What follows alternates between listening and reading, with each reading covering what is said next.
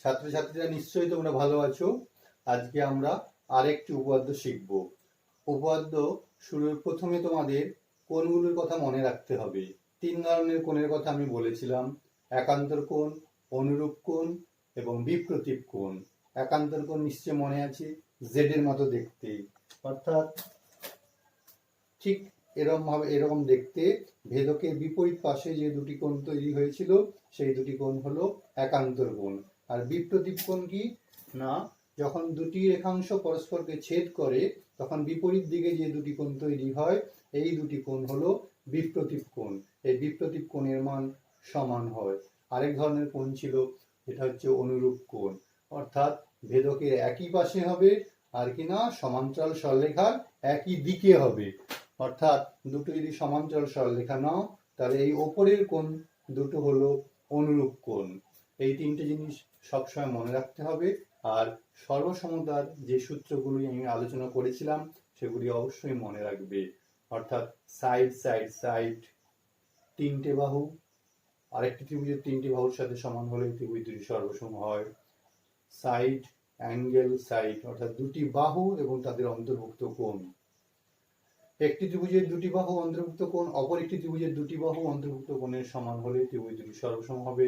আরেকটি আলোচনা করেছিলাম অ্যাঙ্গেল, অ্যাঙ্গেল, সাইড অর্থাৎ একটি ত্রিভুজের দুটি কোণ একটি বাহু অপর একটি ত্রিভুজের দুটি কোণ একটি বাহুর সাথে সমান হলে ত্রিভুজ দুটি সর্বসম হবে। আমরা প্রমাণে চলে আসি। কি লেখা আছে দেখে নাও। কোনো একটি ত্রিভুজের যে কোনো একটি বাহুর মধ্যবিন্দু দিয়ে অঙ্কিত দ্বিতীয় একটি বাহুর সমান্তরাল সরলরেখা তৃতীয় বাহুকে সমদ্বিখণ্ডিত করবে এবং ত্রিভুজের বাহু দুটির দ্বারা সমান্তরাল সরলরেখার খণ্ডিতাংশ দ্বিতীয় বাহুর অর্ধেক হবে। ছবি এঁকে নিই, তাহলে জিনিসটা পরিষ্কার হয়ে যাবে। এখানে আমি একটা যে কোনো ত্রিভুজ আঁকলাম, নাম দিয়ে দিলাম ABC। এর যে কোনো একটি বাহু ধরছি AB বাহু, যার মধ্যবিন্দু হলো D। এই একটি বাহুর মধ্যবিন্দু দিয়ে অঙ্কিত দ্বিতীয় একটি বাহুর সমান্তরাল সরলরেখা, ধরে নিচ্ছি BC হলো দ্বিতীয় বাহু, এর সমান্তরাল সরলরেখা টানতে হবে। তাহলে D বিন্দু দিয়ে একটি সমান্তরাল সরলরেখা টানলাম BC, যা কিনা AC বাহুকে E বিন্দুতে ছেদ করেছে। সমান্তরাল সরলরেখা তৃতীয় বাহুকে সমদ্বিখণ্ডিত করবে, এটা তোমাদের প্রমাণ করতে হবে। তাহলে কি প্রমাণ করতে হবে না, AE ইকুয়ালস টু EC, এটা প্রথম প্রমাণ করতে হবে। ত্রিভুজের বাহুগুলির দ্বারা সমান্তরাল সরলরেখার খণ্ডিতাংশ, অর্থাৎ ত্রিভুজের এই যে দুটি বাহু, এই দুটি বাহু দ্বারা এই যে এর সমান্তরাল BCর সমান্তরাল D সরলরেখাংশ কি হবে, এই যে D খণ্ডিতাংশ দ্বিতীয় বাহুর অর্ধেক হবে। দ্বিতীয় বাহুর অর্ধেক বলতে D equals to half BC হবে। এই দুটো জিনিস আমরা প্রমাণ করব। তাহলে যে জিনিসগুলো আমি মুখে বললাম এই জিনিসগুলোই তোমাদের লিখে নিতে হবে, যেটাকে আমরা প্রদত্ত বলি, অর্থাৎ দেওয়া আছে। মনে করি ABC একটি ত্রিভুজ যার AB বাহুর মধ্যবিন্দু হলো D। কি করেছি আমি, D বিন্দু দিয়ে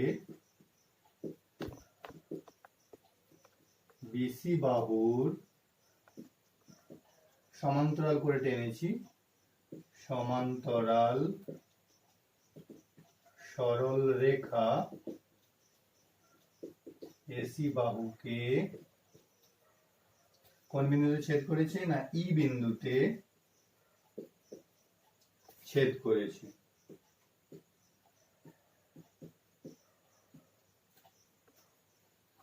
এবার কি প্রমাণ করতে হবে সেটা লিখে নিই। প্রমাণ করতে হবে যে, প্রামাণ্য আমরা বলি, প্রমাণ করতে হবে যে নাম্বার 1 E হলো AC এর মধ্যবিন্দু, অর্থাৎ A equals to AC। Number 2 আমরা প্রুফ করব যে খণ্ডিতাংশ অর্থাৎ D ইকুয়ালস টু BC এর অর্ধেক হবে। এই দুটো জিনিস আমরা প্রমাণ করব। তাহলে ঠিক আগের দিনের মতো আমরা এখানে এই ইডি কে বাদিকে বাড়িয়ে দিই, অর্থাৎ ইডি কে আমরা এফ পর্যন্ত এমন ভাবে বর্ধিত করলাম যাতে ইডি ইকুয়ালস টু এফডি হয়। আর কি করব না বি আর এফ যুক্ত করে দেব। তাহলে এই কথাটাই লিখে নিই, অঙ্কনে কি করলাম, এখানে ইডি কে এফ পর্যন্ত এমন ভাবে বর্ধিত করা হলো বা করলাম যাতে কিনা এই ডি আর এফডি সমান হয়, ডি ইকুয়ালস টু এফডি হয়। আর কি করেছি না বি আর এফ যুক্ত করেছি, তাহলে যুক্ত করা হলো বা করলাম। এই অঙ্কন হয়ে গেল। এখানে দুটো ত্রিভুজ তৈরি হয়েছে, এই দুটো ত্রিভুজকে আমরা সর্বসম দেখাবো। তাহলে দুটো ত্রিভুজ সর্বসম দেখাতে গেলে কি কি শর্ত আছে এখানে আমরা একটু দেখে নিই, কি কি জিনিস আছে। দেখো এডি বিডির সাথে ইকুয়াল, এটা আমাদের প্রদত্ত। এর প্রথমে এবি বাহুর মধ্যবিন্দু হলো ডি, এটা আমরা ধরে নিয়েছি। আর কি না অঙ্কন করেছি আমরা D equal two FD, D equal two FD এটা অঙ্কন করেছি। আর বিপ্রতীপ কোণ দুটি সমান, উল্টো দিকের কোণ। তাহলে দুটি বাহু এবং তাদের অন্তর্ভুক্ত কোণ অপর একটি ত্রিভুজের দুটি বাহু অন্তর্ভুক্ত কোণের সমান, ত্রিভুজ দুটি তাহলে সর্বসম হয়ে যাবে। সর্বসম আগে প্রমাণ করে ফেলি, এটা লিখে নিই আমরা জিনিসটা। তাহলে ত্রিভুজ দুটি আমরা সর্বসম দেখাই।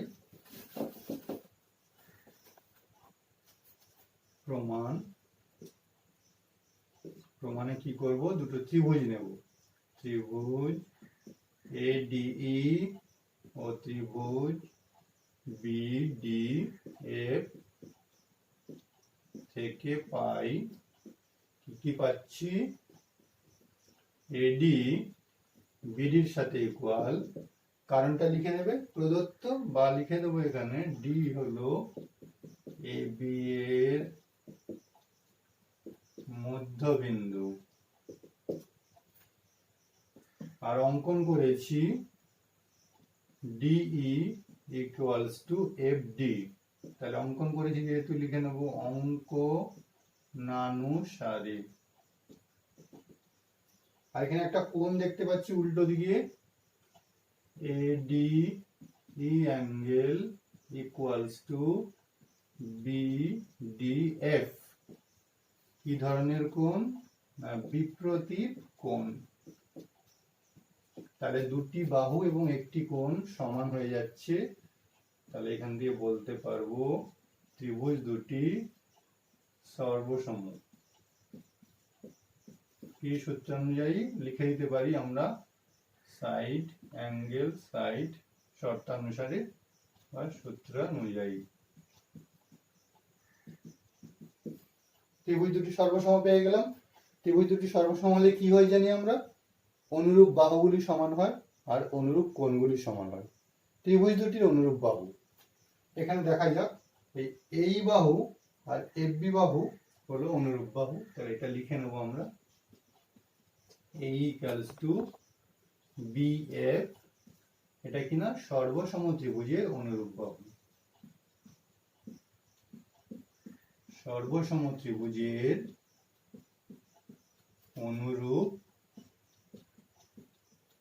বাহু সমান হচ্ছে। আর অনুরূপ কোণ বলতে এখানে দেখো এই কোণটা স্টার দিয়ে দেখাচ্ছি, এই কোণটার সাথে সমান।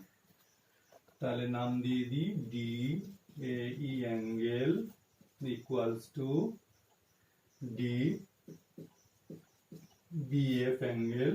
দেখো এই দুটো কোণ সর্বসম ত্রিভুজের অনুরূপ কোণ, কিন্তু আমরা দেখতে পাচ্ছি যে দুটি রেখাংশকে অপর একটি রেখাংশ ছেদ করেছে আর এই ছেদকের বিপরীত পাশে দুটি কোণ তৈরি হয়েছে। তাহলে এটা কি ধরনের কোণ, একান্তর কোণ। তাহলে এটাই আমরা লিখব, কিন্তু এরা একান্তর কোণ। তাহলে ভেদকের বিপরীত পাশে যদি একান্তর কোণ সমান হয়, কি হয় না, একান্তর কোণ দুটো সমান, তাহলে রেখা দুটি সমান্তরাল হবে। অতএব এখান থেকে বলবো এই প্যারালাল টু বিএফ। এই প্যারালাল টু বিএফ মানে আমি বলতে পারি সি প্যারালাল টু বিএফ, অর্থাৎ বলতে পারি CE parallel to BF. C parallel to BF, এই জিনিসটা পেলাম। দেখে নাও, তাহলে এই যে চতুর্ভুজটা আছে বিসি ইএফ, একটা চতুর্ভুজ আছে দেখতে পাচ্ছ এখানে, এই যে বিসিইএফ, এই যে চতুর্ভুজটা, তার কি পেয়েছি না সি প্যারালাল টু বিএফ, অর্থাৎ এই যে বিএফ আর সি প্যারালাল। আর কি না অঙ্কন করেছিলাম আমরা, মনে আছে কিনা দেখো, বিসি প্যারালাল করে ড্র করেছি ইএফ। তাহলে আমরা এটাই লিখে নিই। অতএব কি পেয়েছি এখানে আমরা, বিসি ইএফ চতুর্ভুজের মধ্যে এখন পেলাম সিই প্যারালাল টু বিএফ, আবার আগে অঙ্কন করেছি আমরা ইএফ বা এফই প্যারালাল টু বিসি।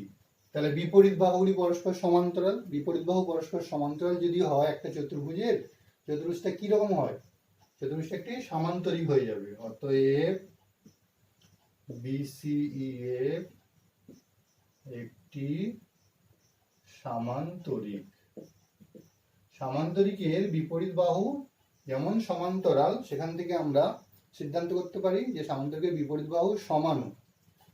তাহলে সেটা কাজে লাগাও, তো বিসি ইকুয়াল টু সিএফ হয়ে যাবে। দেওয়ার পর এখানে আমরা পেয়ে যাচ্ছি বিসি ইকুয়াল টু সিএফ। আর কি প্রমাণ করতে হয়েছিল আমাদের, দেখো এখানে বিসি পেয়ে যাচ্ছি parallel to, BC equals to EF, আবার ইএফটাকে আমরা আগের মতো ডি প্লাস ডিএফ লিখতে পারি। আর অঙ্কন করেছিলাম ডিএফ মানে ডি প্লাস ডি হয়ে গেল 2D। তাহলে এখান থেকে বলবো D equals to half into BC. তাহলে এটা একটা প্রমাণ হলো। আর একটা D plus DF, D plus D equals to 2D। তাহলে এখানে D equal to half BC, এটা প্রমাণিত হলো। এটা কিন্তু 2 নম্বরটা প্রমাণ হলো। আরেকটা কি প্রমাণ বাকি আছে না, এই ইকুয়াল টু ইসি দেখাতে হবে। তাহলে আমরা এখানে কি করেছি না, বিসিএফডি একটি সামান্তরিক। তাই বিসিএফডি যদি সামান্তরিক হয়, যেরকম বিপরীত বাহু সমান্তরাল আবার বিপরীত বাহু সমানও বটে, তাহলে এখানে কাজে লাগাও বিএফ ইকুয়াল টু সিই। তাহলে এখানে বলতে পারি যেহেতু সামান্তরিক, বিসিএফডি একটি সামান্তরিক, তাহলে লিখতে পারি আমরা আবার লিখতে পারি বিএফ ইকুয়াল টু সিই। দেখো আগেই লেখা আছে এই ইকুয়াল টু বিএফ, এখানে লেখা আছে এই ইকুয়াল টু বিএফ, তাহলে বিএফ ইকুয়াল টু এই, অতএব লিখতে পারি এই ইকুয়াল টু সিই। তাহলে এটাই প্রমাণ করতে চেয়েছিলাম, এই ইকুয়াল টু সি, অর্থাৎ ই হলো এসি এর মধ্যবিন্দু, ই হলো এসি এর মধ্যবিন্দু। অর্থাৎ 1 নম্বরটা প্রমাণিত হয়ে গেল, এই ইকুয়াল টু ইসি। এইভাবে আমরা উপপাদ্যটা সহজেই প্রমাণ করে ফেললাম। এরপর আমরা একটা ছোট্ট প্রয়োগে চলে আসি। এবিসি ত্রিভুজের বিএসি সমকোণ এবং অতিভুজ বিসি এর মধ্যবিন্দু হলো ডি। প্রমাণ করতে হবে AD equal to half BC. তাহলে একটা সমকোণী ত্রিভুজ আঁকছি এবিসি। এই কোণটা এখানে সমকোণ, যেহেতু এবিসি একটি সমকোণী ত্রিভুজ, অতিভুজ হলো বিসি, সমকোণের বিপরীত বাহুকে অতিভুজ বলে, অতিভুজের মধ্যবিন্দুটা হলো ডি, এডি যুক্ত করা হলো। প্রমাণ করতে হবে যে AD equal to half BC, এটা প্রথমে আমরা লিখে নেব। এরপর অঙ্কনে চলে আসি। অঙ্কনে কি করব, ডি বিন্দুতে একটা সমান্তরাল সরলরেখা টানবো সি এর সমান্তরাল করে, যেটা কিনা এবি কে ই বিন্দুতে ছেদ করেছে। ডি বিন্দু দিয়ে সি এ বাহুর সমান্তরাল সরল রেখা টানলাম যা এবি কে ই বিন্দুতে ছেদ করেছে, এই বিন্দুতে ছেদ করেছে। এবার প্রমাণে চলে আসো। প্রমাণে দেখো সি এটা প্যারালাল করে টেনেছি ডি এর সাথে, তাহলে C A parallel to D, তাহলে দুটি সমান্তরাল সরলরেখা, আর এখানে এবি হলো ছেদক, এবি হলো ছেদক বা ভেদক। তাহলে ভেদকের যে একই পাশে কোণ হয় তাকে আমরা অনুরূপ কোণ বলি। তাহলে এখানে আমরা পেয়ে যাচ্ছি সি এ বি কোণ বা সি এ ই কোণ বলতে পারি, এটা ইকুয়ালস টু ডিই বি কোণ। ডিই বি কোণ কি ধরনের কোণ? এটা অনুরূপ কোণ, অনুরূপ কোণ, সেই জন্য সমান।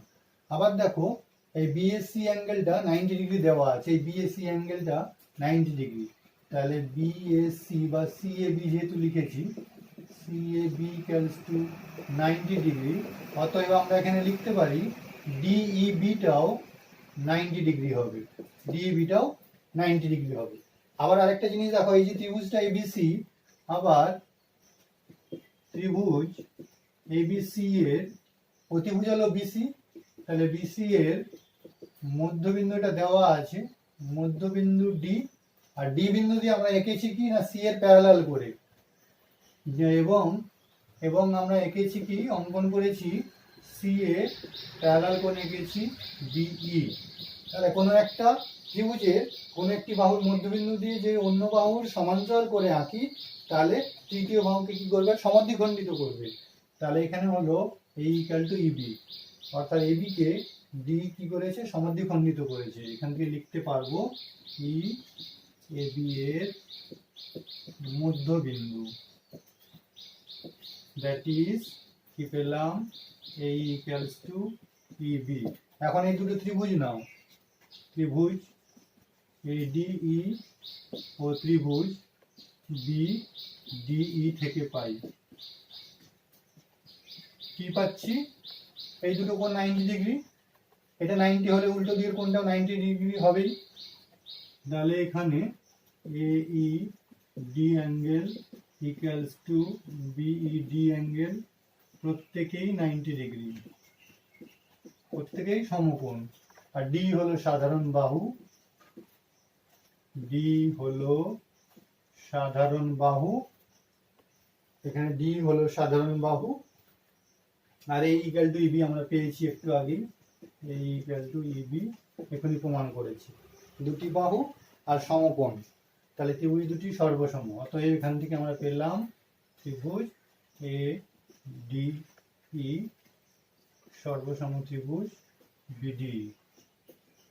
তাহলে ত্রিভুজ দুটি যদি সর্বসম হয়, এর অনুরূপ বাহুগুলি সমান হবে। তাহলে অনুরূপ বাহু কোনটা হচ্ছে এখানে, বিডি আর এডি। তাহলে এখান থেকে অতএব পেয়ে যাব আমরা কি, এডি ইকুয়ালস টু বিডি, সর্বসম ত্রিভুজের অনুরূপ বাহু, সর্বসম ত্রিভুজের অনুরূপ বাহু সমান হচ্ছে। আবার দেখো বিডি ইকুয়াল টু সিডি, প্রথমে আমরা ধরে রেখেছি যে বিসি এর মধ্যবিন্দু হলো ডি, তাহলে কি হলো না, বিডি ইকুয়ালস টু সিডি যদি হয়, তাহলে বিডি কে বলতে পারি আমরা বিসির অর্ধেক, বিসির অর্ধেক। আবার এখন বিডি পেয়ে গেছি এডি, তাহলে অর বিডির জায়গায় এডি লিখতে পারি, AD equal to half BC, এই প্রমাণিত হয়ে গেল। এভাবে আমরা খুব সহজেই উপপাদ্যটা প্রয়োগ করে আমরা একটা প্রয়োগ প্রমাণ করে ফেললাম। আশা করি তোমরা বুঝতে পেরেছো। আমরা উপপাদ্যটার উপর ভিত্তি করে আরেকটি প্রয়োগ একটু দেখে নিই। প্রয়োগটা কি না, এবিসি ত্রিভুজের এডি মধ্যমার মধ্যবিন্দু ই এবং বর্ধিত বি এসি বাহুকে এফ বিন্দুতে ছেদ করেছে, প্রমাণ করতে হবে যে এফ ইকুয়ালস টু 1/3 এসি। তাহলে একটা ত্রিভুজ এবিসি নিলাম,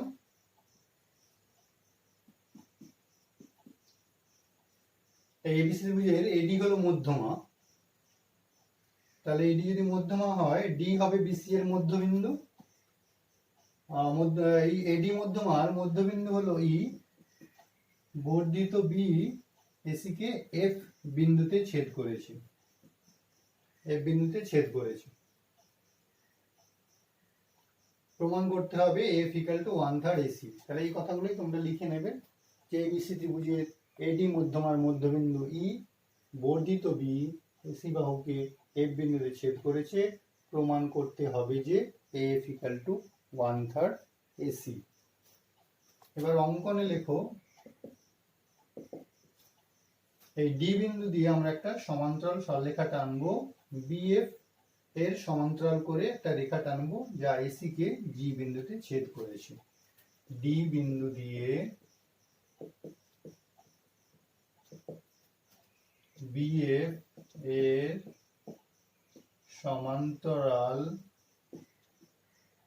সমান্তরাল করে একটি রেখাংশ টানলাম, অঙ্কন করলাম, যা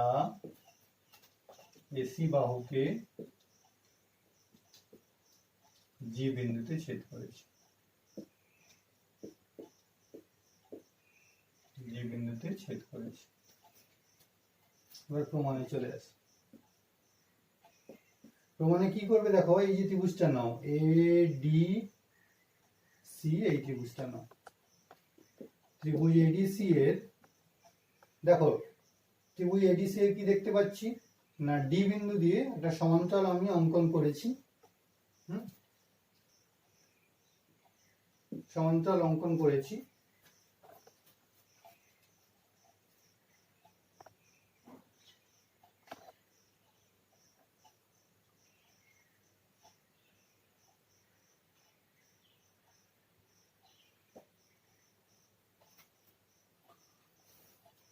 আচ্ছা দেখে নাও প্রমাণ। তাহলে এডিসি ত্রিভুজের এখানে দেখো বিসি এর মধ্যবিন্দু হচ্ছে ডি, এই বিসি বাহুর মধ্যবিন্দু ডি, আর ডি বিন্দু দিয়ে আমরা কি করেছি না বিএফ এর একটা সমান্তরাল করে সরলরেখা টেনেছি। তাহলে যদি কোনো একটা বাহুর মধ্যবিন্দু দিয়ে অন্য বাহুর সমান্তরাল সরলরেখা করে টানি, তাহলে কি হবে, অপর বাহুটা কি করবে, সমদ্বিখণ্ডিত করবে। তাহলে যেহেতু এখানে ডিটা হলো বিসি এর মধ্যবিন্দু, তাহলে আমরা যদি এই ত্রিভুজটা কনসিডার করি,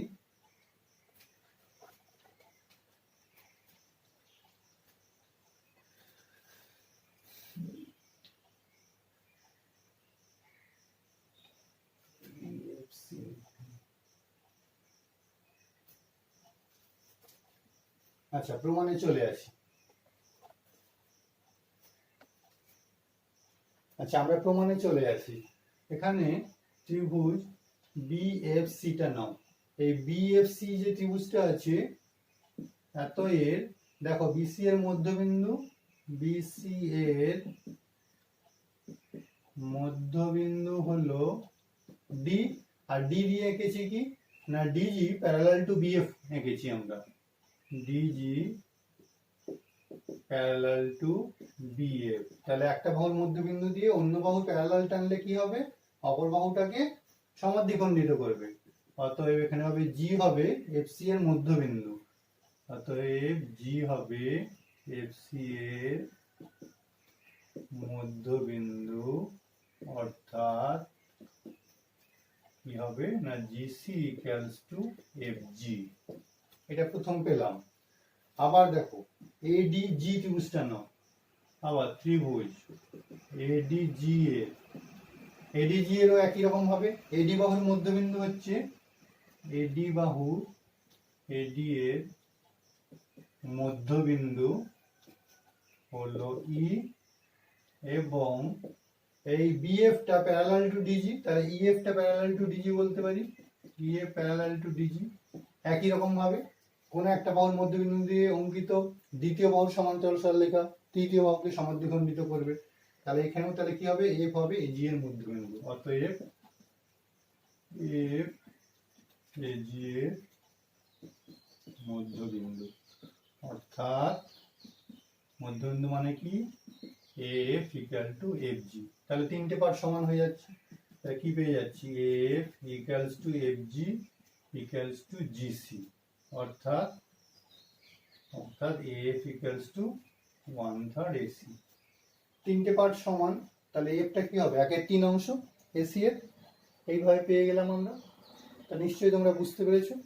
আর একটা ছোট্ট জিনিস বলে নিই, বলে আমরা শেষ করব, যে তিনটি বা তার বেশি সমান্তরাল সরলরেখাকে কোনো একটি ভেদক যদি সমান সমান অংশে খণ্ডিত করে, তাহলে অপর একটি ভেদক থেকেও তারা সমান সমান অংশ খণ্ডিত করবে।